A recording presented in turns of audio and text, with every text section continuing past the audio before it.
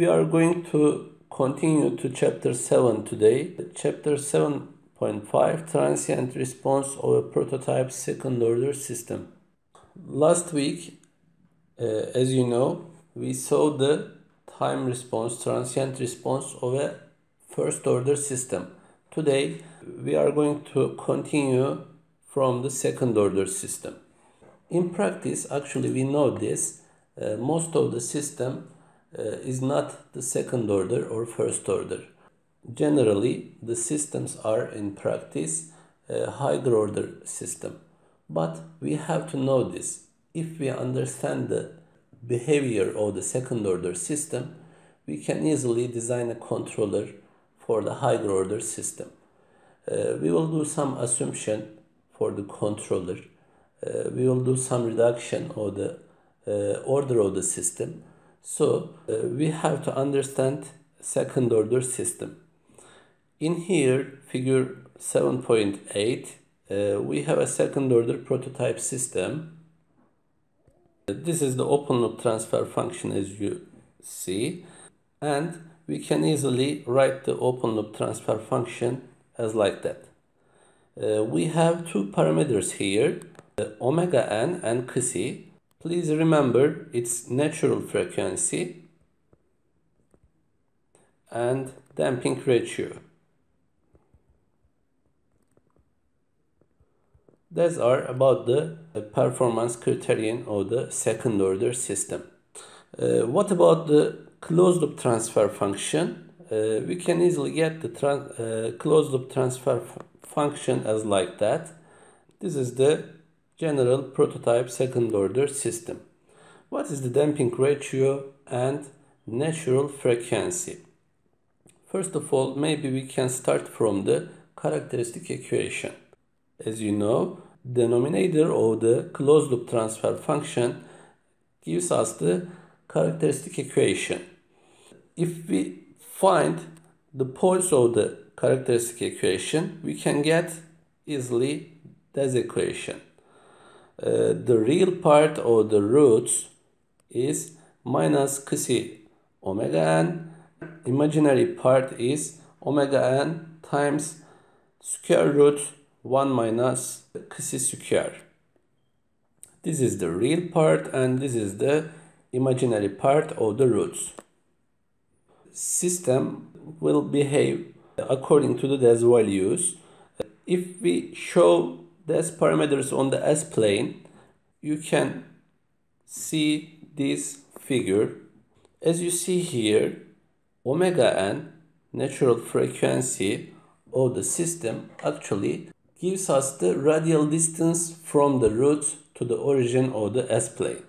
Okay, from the origin to the roots, we have a radial distance, and natural frequency means that. What about the Xi? Xi is about this angle between the roots and negative real axis. Okay, theta. What is Xi with respect to the theta? Xi is cosine theta. Xi is cosine theta.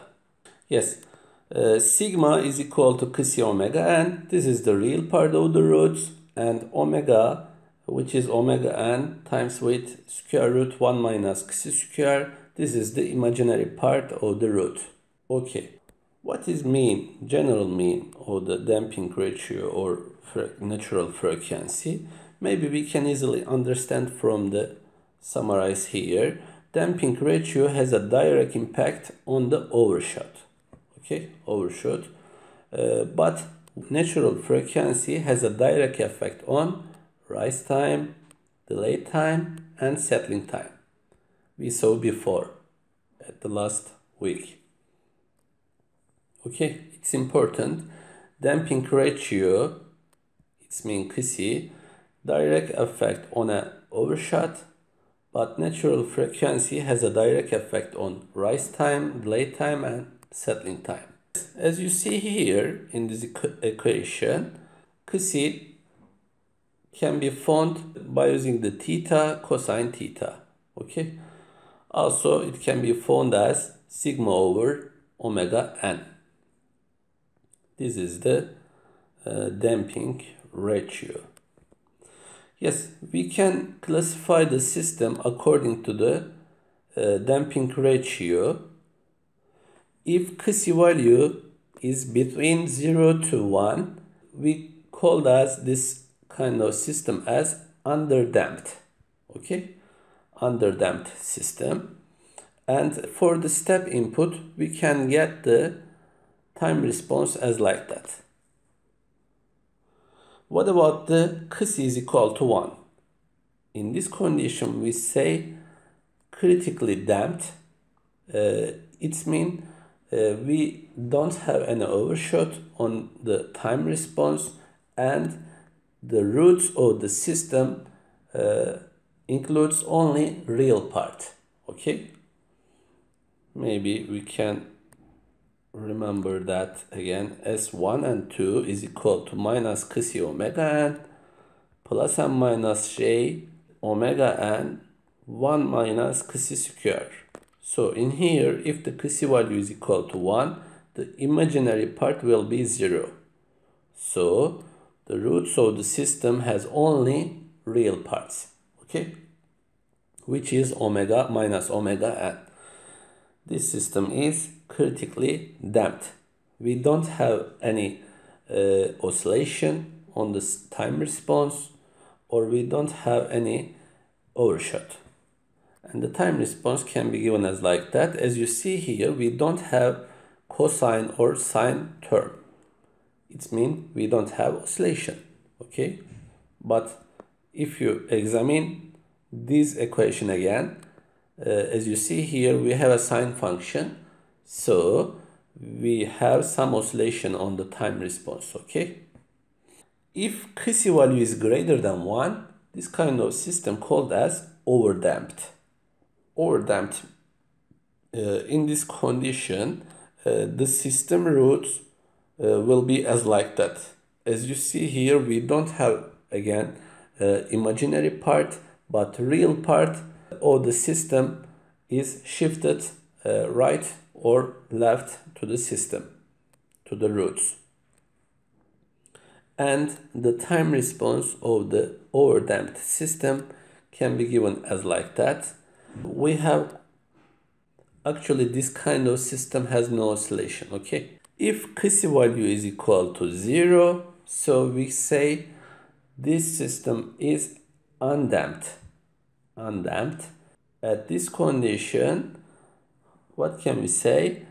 As you see here, the real part will be 0 and system has only imaginary part. It means the roots of the system will be on imaginary axis. Okay, this kind of system called as undamped, and the time response will have some oscillation, and we don't have any damped on the oscillation. It is stable oscillation and the same magnitude. And what about the Kc is less than 0? In this condition, negatively damped system will be unstable. Okay, we can easily understand this. The system will be unstable. Maybe we can see here the time response of the system. If the Kc value is greater than 1, then we say this system is overdamped and time response will behave as like that. If Kc value is equal to 0, the system will be critically damped and consisted of only real part, and system will be, the time response will behave as like that. Okay? According to the last system, what can we say? For example, what can we say about the rising time or delay time? Rising time, as you know, from 10% to 9% time value gives us the rising time. What about here? As you see here, this band will be decreased, okay? So the rising time is decreased from overdamped to critically damped system. Yes, what about the Xi between 0 to 1? In this kind of system is underdamped and we have some oscillation, but it will be damped as like that. Okay. Finally, we'll get a constant value on the time response. What about the roots? Roots, as you see here, complex conjugate roots on the S-plane. Maybe we can consider the rising time or delay time in here. As you see, the rising time again is so slow according to the last two ones. What about the Xi is equal to 0? If Xi is 0, the roots of the system will be on imaginary axis as like that. Will not have real parts, so the system will behave as a sine or cosine signal as like that. This kind of system called as marginally stable or marginally unstable. We don't have any damping. If Xi is less than 0, this kind of system will be unstable, as you see here. If we change the Xi value from 0 to 1, what will be happen? Let's examine it on this diagram. On this diagram, we have a time response with respect to the omega and t. In here, if the Xi value is 1, as you see here, we don't have any overshoot. It doesn't exceed the reference value and directly settle to the reference value. But if Xi approaches to 0 from 1, so we have some exceed the reference value as like that, and approaches to 0 Xi value, we have more overshot value. Maximum overshot will be higher than the other ones. Okay, in here we can see it. If the Xi value is 0.1, it is higher than according to the 0.2 or 0.3. What about the Xi is greater than 1? As you see here, this system will be overdamped and will settle to the reference value with more time. Maximum overshot. Maximum overshot is an indicator for the time response performance. Okay. For example, imagine that a robot arm in a pick and place robot arm overshoot represent how far the robot and effector moves away from the final drop-off destination. It's so important for this kind of application. Okay, so the maximum overshot is so important for us. In here we have a note, it's important. Generally, the transient response of a prototype second-order system with overshoot is oscillatory. We know already this, but in special circumstance, the zeros of a transfer function may also cause overshoot without oscillations. Okay? And we can easily get the time response by taking inverse Laplace to closed loop transfer function. Okay, we need to calculate overshoot value or which time we get the overshoot. We will learn today this. If the overshoot occurs on the first oscillation, okay, we can use these equations for the time. Okay, at this time we have a maximum overshoot value. Comprendo this lecture or your exam, we will use this value for the maximum overshoot time. Okay, Tmax is equal to P over omega n times square root 1 minus Xi square. We have some special cases. For example, the maximum overshoot may be not on the first oscillation, maybe it can be the second one. But it's a special case, so we don't consider this, okay? Maybe it can also, the maximum overshoot can be under the reference value. And again, it's a special condition. As generally speaking, we can say the maximum overshoot is occurred on the first oscillation. And we can easily get the time value by using this formula. What about the maximum overshoot value? Yes, maximum overshoot value called as also PO, peak overshot. Okay, and generally we used this term with the percentage value. Okay, so we will use this formula for the percentage maximum overshoot. What does it mean for us? Please look at this formula. What you understand from this formula?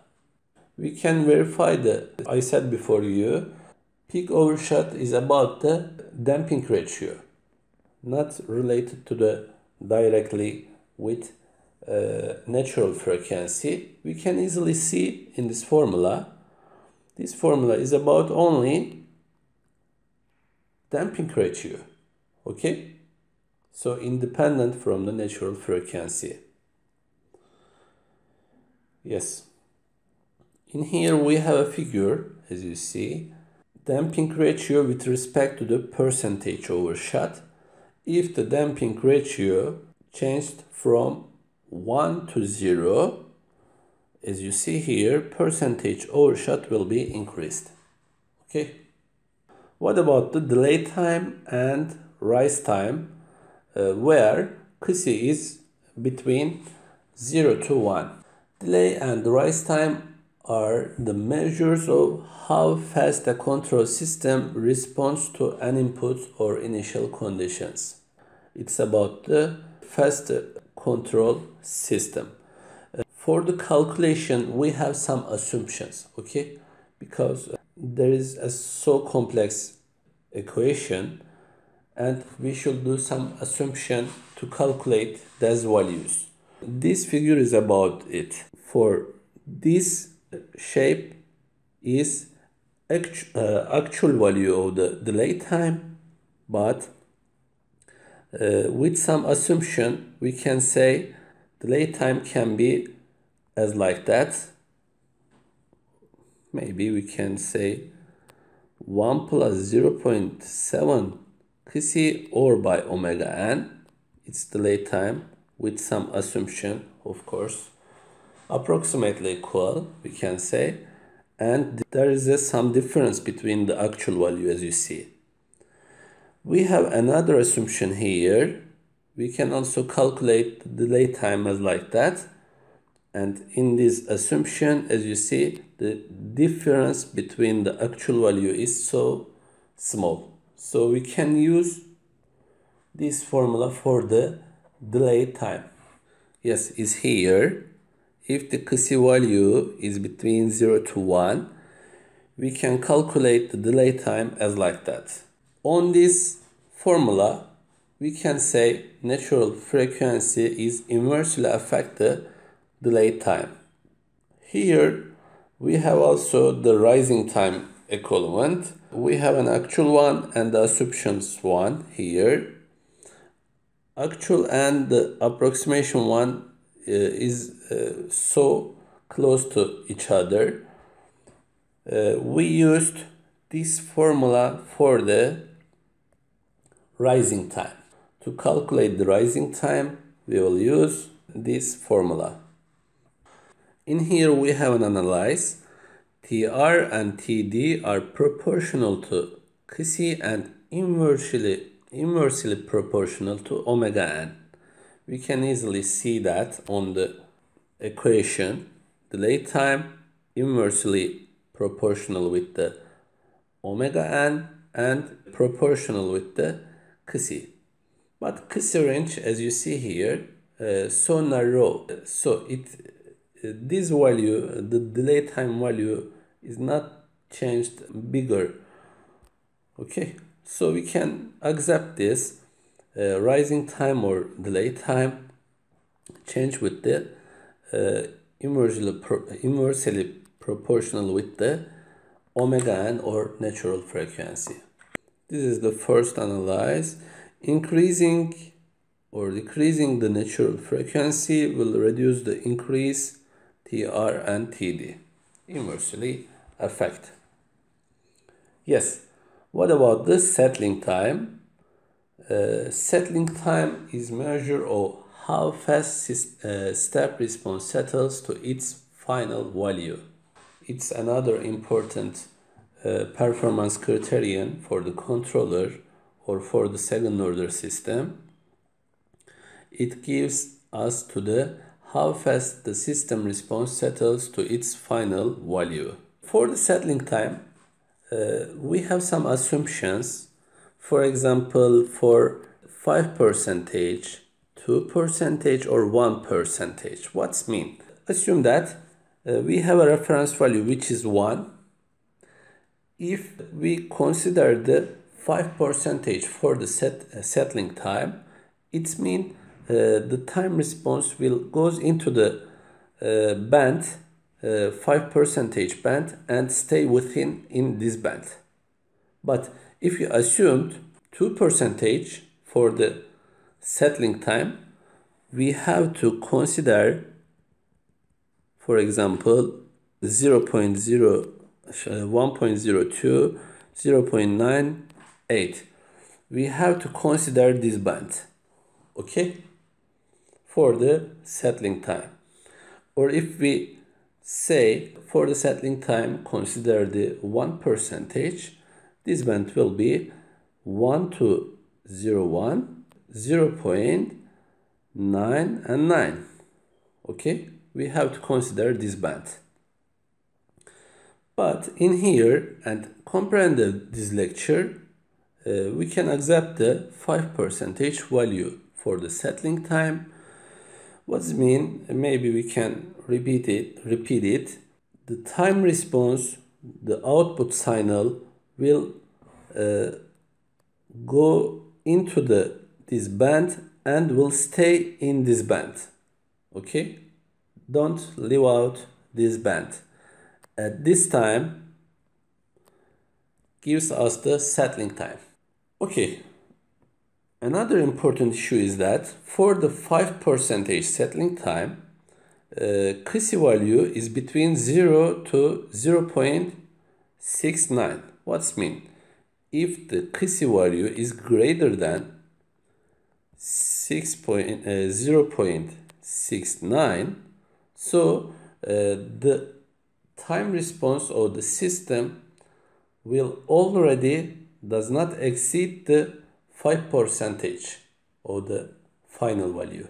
Okay, so what's mean? The settling time will under the reference value, as you see here. In here, as you see, the time response will exceed the band value and goes into somewhere. But in here, the system's response or signal will go into directly this band and no way to leave out this band because of the Crissy value. Maybe you can find it by using the formula. Percentage PO is equal to 100 e to power O minus P over P Crissy over 1 minus Crissy square. If you put Crissy as 0.69, we will get 5. We know it. Okay, as you see here, we have an assumption again. This is the actual value of the settling time and this is the approximated value. Okay, calculated value. And in here, as you see, we have two formula. In one time range, we'll use it, and the other time range we will use it. How?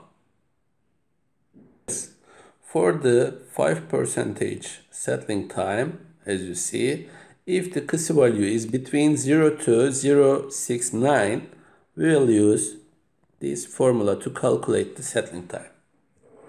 But if Kısı is greater than 6.9, we will use the same percentage settling time, this formula. Yes, maybe we can analyze these issues on this lecture notes. In general, settling time is inversely proportional to Kısı and omega n. We can directly say this on this equation. Settling time is inversely proportional to Kısı and omega n. But a practical way of reducing the settling time, it's important. The practical way to reducing the settling time is to increase omega n while holding Kısı constant. Why? Because we know that if we increase the Kısı value, maximum overshot will be increased. But we don't want to this issue for most of the system. So if we want to decrease the settling time, we have to increase natural frequency of the system. Although the response will be more oscillatory, the maximum overshot depends only on Kısı and cannot be controlled independently. In here we have a table, a comparison of 5% settling time of second order system. For the Kısı 0.1, the actual value of the settling time 28.7, but the approximated value with the calculation 32. Okay, in here we have this kind of calculation until 0.69. If the Kısı exceed this value, we will use another formula, which is 4 Kısı over omega n. So in this condition, this is the approximated value, this is the actual value. Okay, we have of course some difference between them, but it doesn't important for the control row design, because it is no way to calculate easily. Okay, we can easily calculate those ones as like that. In here another formula, if you assumed settling time as 2%, so you can easily use this formula. Okay, at 0.9, of course the system will not exceed the 2% of the time response.